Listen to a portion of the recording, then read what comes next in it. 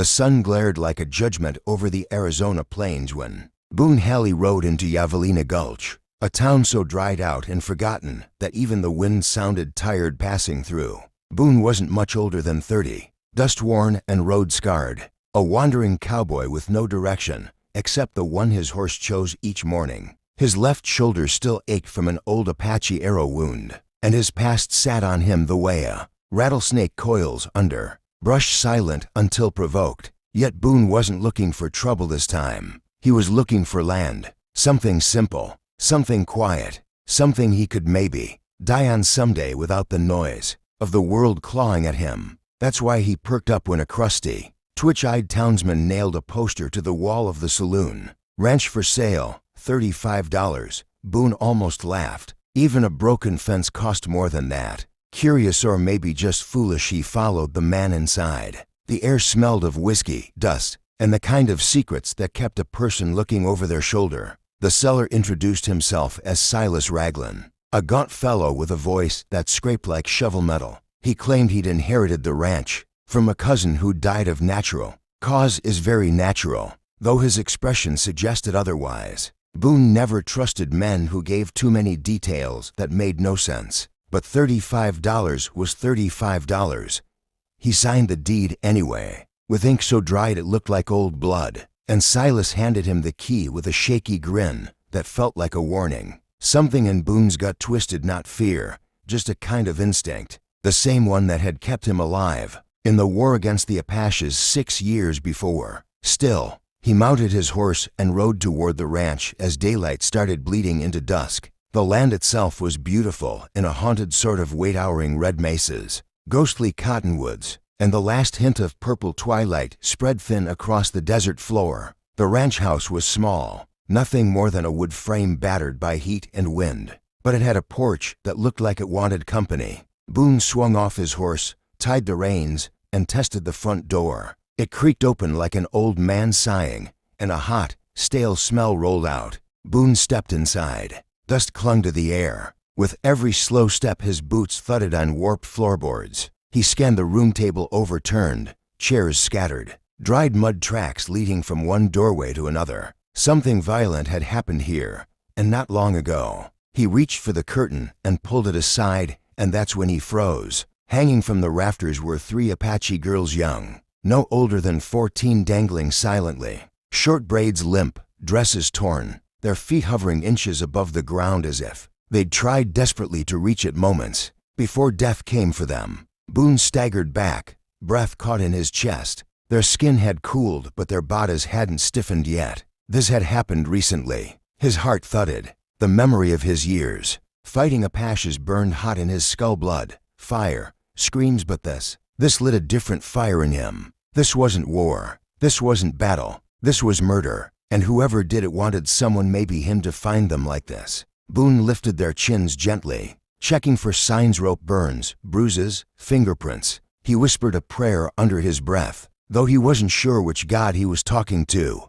Then he noticed something. Each girl had a symbol carved lightly into the skin below her collarbone, a simple Mark III intersecting lines forming a jagged sunburst. Boone had seen that symbol once before, burned into the wall of a settler cabin after a massacre. Except the Apache hadn't been responsible. It had been a rogue militia, a self-proclaimed justice patrol, men who hunted Apaches for sport and blamed them for every wrong in the territory. And Boone, years ago, had refused to join them. Their leader, Captain Orson Creed, had never forgotten that. Boone cut the girls down gently, laying them side by side, covering their bodies with a blanket he found discarded in a corner. He stepped outside to breathe, but the night air didn't help. Coyotes yelped in the distance, and the mesas cast long shadows like lurking giants. Something moved near the barn, something tall. Boone drew his pistol. The figure stepped forward, a young Apache boy,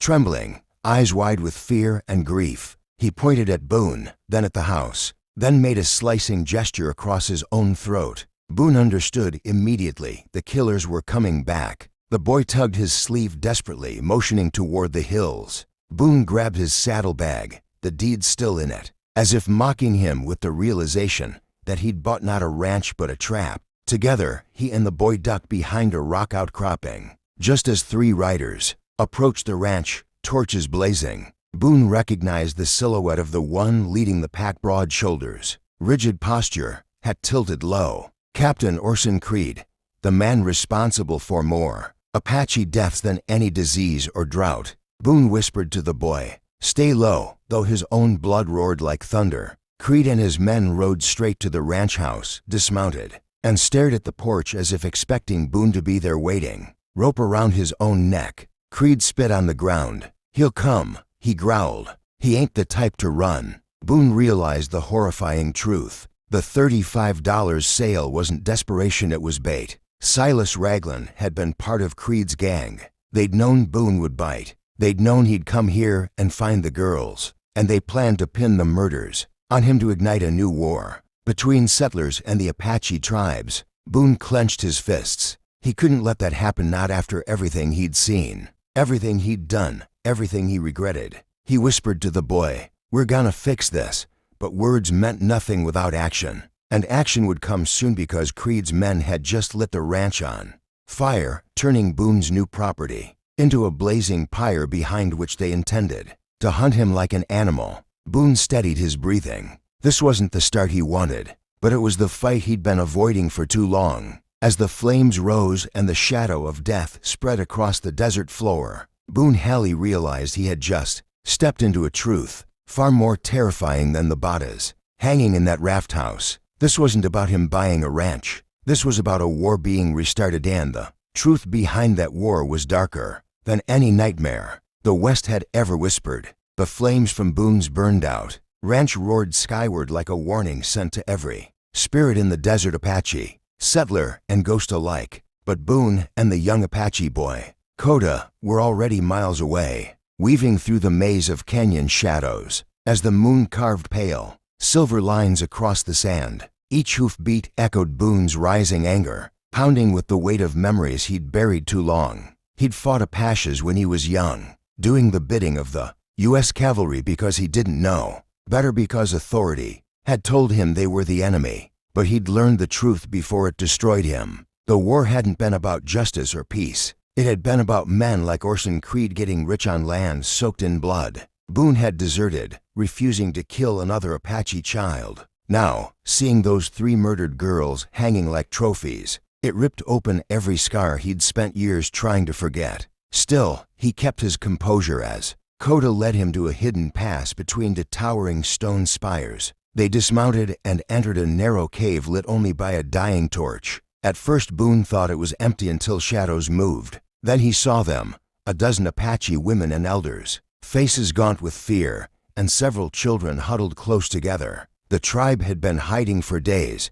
Coda explained in his broken English. Creed's men had raided their village, taken the girls, and promised to come back for the rest. They'd framed the Apaches for their own crimes in hopes of driving them from their land entirely. Boone swallowed hard as he realized the extent of Creed's plan. Use the children as bait, ignite panic across the settlements, then claim the entire valley by eradicating the problem. Boone stood before the Apache elders, removing his hat respectfully. They didn't know him. They had every reason to hate him. But Coda spoke quickly in Apache, explaining how Boone had saved him, how Boone had cut down the girls with tears in his eyes, how he vowed to bring the killers to justice. The oldest woman among them stepped forward, studying Boone's face like she was searching for a lie. Finally she nodded. "You fight with truth," she said in halting English. "Truth has few warriors left." Boone bowed his head, the weight of her words anchoring his resolve deeper than any oath he'd ever sworn.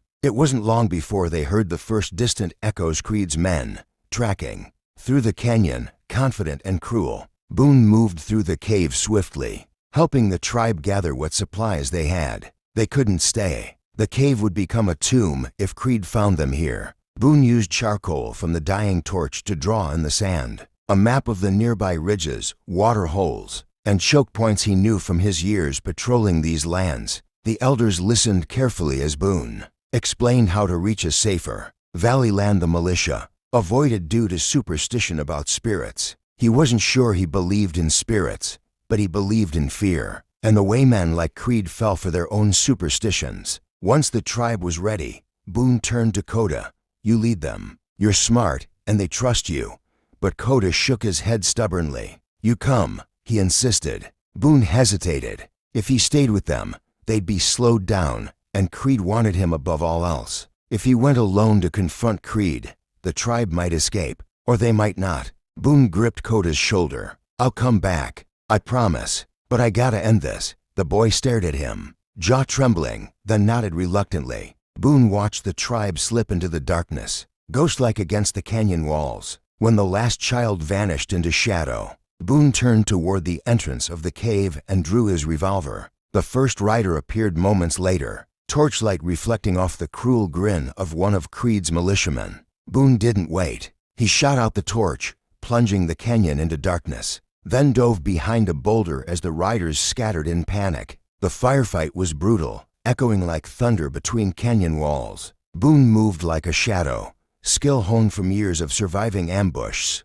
He dropped 2 men before the third recognized his silhouette and shouted, Halley's alive. Get Creed. But Boone had other plans. He lunged forward, knocked the rider off his horse, and slammed him against the rocks. Why the girls? Boone snarled. What did they do to you? The man laughed through bloodied teeth. Same thing the rest of them do exist. Boone's fist crashed into his jaw, ending the conversation permanently. When Boone reached the burning remains of his ranch, Creed was waiting for him not with an army, but alone. Standing beside the 3 fresh graves Boone had dug hours earlier, the smoldering ashes painted Creed's face orange, giving him the appearance of a devil risen straight from hell. Boone approached slowly, gun drawn. Creed lifted his hands mockingly. Boone Halley, he said, voice smooth as poison. Always did have a bleeding heart. Should have finished the job years ago. Boone's eyes narrowed. I didn't desert because I was scared. I deserted because you were killing children. Creed chuckled. Children grow into warriors. Better to kill 'em young. Rage boiled inside Boone, but he steadied his hand. Creed tilted his head. Let me guess you found the rest of those savages hiding? You gonna protect them? At what cost? Boone stepped closer. This ends the night. Creed smirked. You're right. Then something flickered behind Boone, the click of metal, the shift of boots. He spun just as 2 of Creed's remaining men emerged from the darkness. Boone moved fast, firing twice, dropping them both before they hit the dirt. Creed's expression twisted from smug to murderous. He lunged for his rifle, but Boone was faster. A single shot echoed through the valley. Creed dropped to his knees, disbelief etched across his face. You, siding with them? He gasped. Boone stared down at him, voice low and steady. I'm siding with what's right. Creed collapsed beside the graves, breath fading like the last ember of a dying fire. Dawn broke slowly, stretching pale gold over the horizon as Boone stood beside the graves of the girls, silently swearing to protect their people in whatever way he could. He knew the tribe would need help rebuilding, relocating, healing, and maybe, for the first time in years, Boone felt like a man with purpose rather than a ghost drifting through the west. As he mounted his horse to head toward the valley where the tribe waited, he whispered one final vow to the morning sky. Truth has warriors left, and maybe that was enough to forge peace in a land built on blood.